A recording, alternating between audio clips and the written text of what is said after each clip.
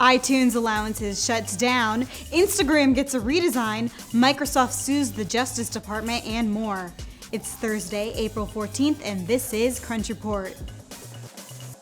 Instagram is getting a redesign. Now the Explore tab opens up a different experience with a greater emphasis on video.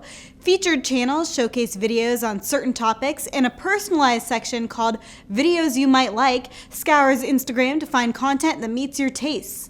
Instagram plans to highlight everything from comedy stars to music festivals like Coachella. And if you see something you don't like, you can tap See Fewer Posts like this to help the social media service get to know your preferences better. The update is on both iPhones and Android, but only in the US right now. iTunes Allowances is getting shut down next month. Not sure what that is? It's a feature that enabled parents to send monthly credits to their child's Apple ID for use in the iTunes store. That way mom pays for the books, or more likely music and apps. But unfortunately for kids, this service is getting nixed. As of May 25th, existing allowances will be canceled, which means installment payments will no longer be delivered after that date. However, the unused credits will not disappear. Apple says that the credit will remain on file until it is used. Apple is now directing users to the family sharing service, which lets up to 6 people share purchases without having to share accounts. A lawsuit from Microsoft. The company is suing the Justice Department, challenging the constitutionality of some gag orders, those government orders to keep data requests a secret.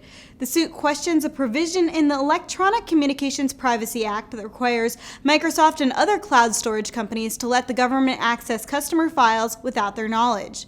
Microsoft argues that Washington has, quote, exploited the transition to cloud computing as a means of expanding its power to conduct secret investigations. Between September 2014 and March 2016, Microsoft received over 5,000 requests, and roughly half were accompanied by a gag order. Outlook.com and Office 365 are amongst the services vulnerable to government requests. Be careful what you say online. And a scoop from TechCrunch's Ingrid London. Turns out that Amazon has been eyeing buying startups like Everlane and Rent the Runway in an effort to scale up its fashion business. A founder of one of the startups that had conversations with Amazon said, quote, they are losing big time in apparel and are anxious to acquire brands. It was suggested that right now some of the most upscale brands are reluctant to sell their items on Amazon because of the site's willingness to sell everything. Amazon would likely want to capture some of the market share that Nordstrom and Macy's have in the digital clothing business. Other startups that were said to have held talks with Amazon include Le Tote, Third Love, and Preline. Amazon did not respond for requests for comment, and the startups mentioned also declined to comment. It's a new esports app from Yahoo, which means if you're a fan of games like Counter-Strike and League of Legends, then you have a new way to stay plugged in. Yahoo's esports site debuted in March, serving as a comprehensive guide to the esports industry, featuring scores, stats, and video commentaries.